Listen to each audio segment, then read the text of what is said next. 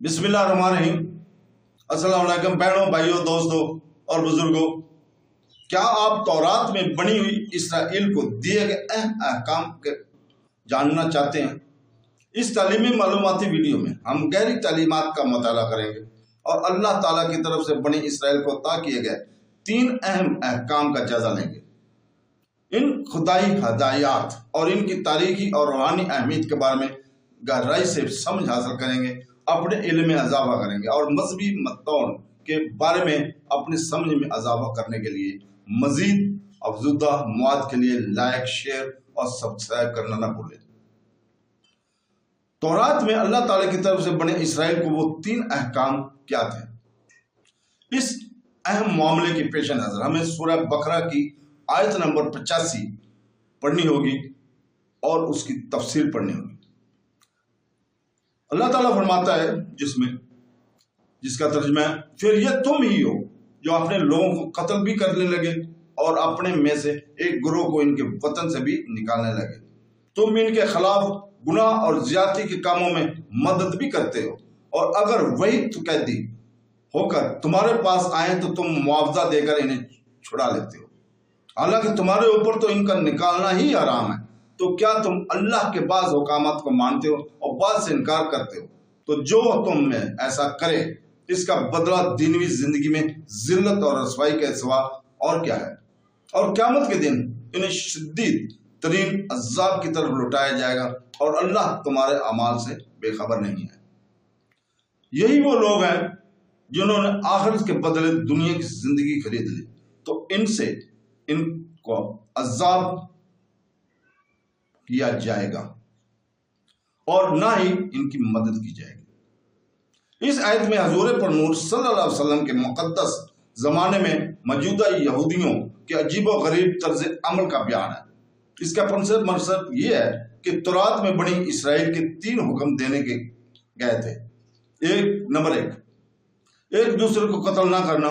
Number 2, एक दूसरे को जला वतन ना करना। नंबर 3, अगर वो अपनी कौम के किसी मर्द या औरत को इस हाल में पाए कि इसे गुलाम या लौंडे बना लिया गया है तो उसे खरीद कर आजाद कर दे। नस्ल दर नस्ल यह अहद चलता रहा, यहाँ तक कि मदीना मुनव्वरा के गिरदो नवा में आबाद यहूदियों के 2 कबाइल बनी करेता और बनी नसीर में मुंतकल हुआ।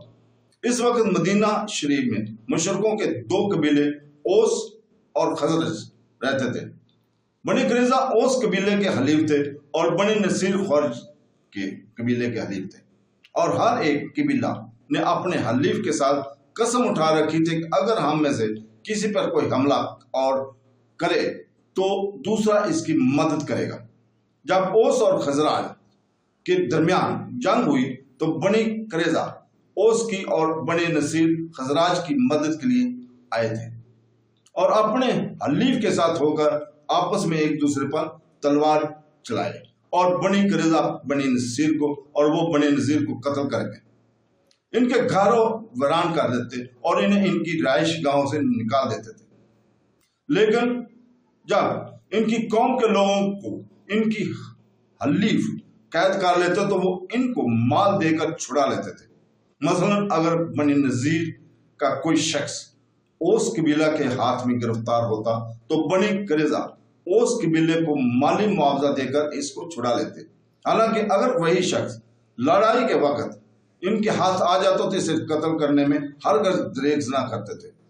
लोगों ने इनसे कहा कि तुम भी अजीब लोग हो कि एक दूसरे को कत्ल भी करते हो और फिदिया भी देकर छुड़ा लेते हो। यहूदियों ने कहा, हमें तौरात में ये हुक्म दिया गया है हम अपने कैदियों को फिदिया देकर छुड़ा लें। इस बार इनसे कहा गया कि फिर तुम एक दूसरे को कत्ल क्यों करते हो, हालांकि तौरात में तुम्हें इस चीज से भी मना किया गया।